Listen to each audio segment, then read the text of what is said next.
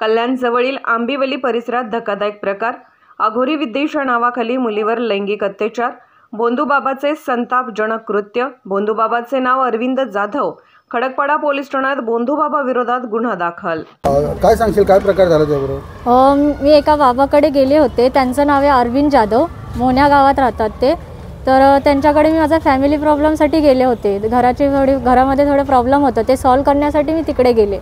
पण त्या बाबांनी माझ्यासोबत खूप घाणेरड्या प्रकाराने कृत्य केले। म्हणजे की मी माझ्या रिलेटिव्हला घेऊन गेले होते, एका रूममध्ये मला बसवलं।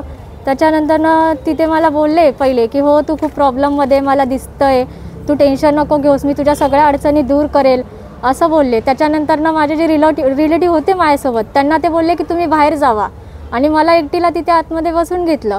आणि आतमध्ये बसून घेतल्यानंतर माझ्यासोबत बोलत होते की तू खूप प्रॉब्लेममध्ये, तुझ्या अडचणी मी दूर करेल, अशा प्रकारे ते पूर्ण माझ्या बॉडीला टच करत होते।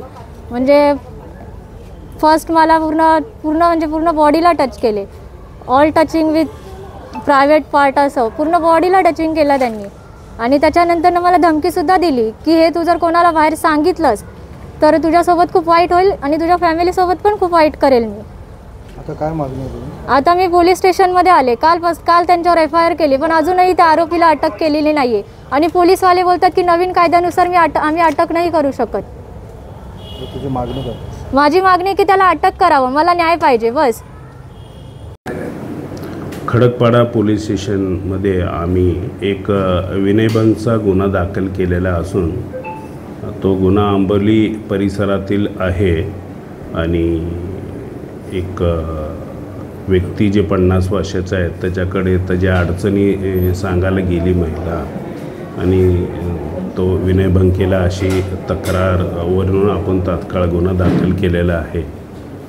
तसंच आपण आव्हानही करत आहोत खडकपाडा पोलीस स्टेशनकडून, महिलांबाबतीत काही अडचण असेल तर तात्काळ संपर्क करा।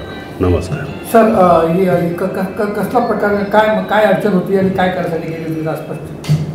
जे पीडित मुलगी आहे तिच्या कुटुंबातील व्यक्तीचं अडचण होती आणि ती शेअर करायला गेली होती, सांगत होती, त्यावेळी ते प्रकार झालेला आहे। त्याप्रमाणे सविस्तर तपास चालू आहे, तपास करू आणि कारवाई चालू आहे। काय मुलीसोबत असा प्रकार घडला आहे?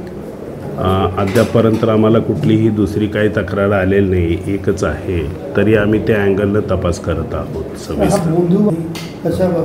आपण आता गुन्हा दाखल केलेला आहे, त्या अनुषंगाने नक्की कसा प्रकार काय आणि कशासाठी गेलो या संदर्भात आपण तात्काळ तपास करत आहोत।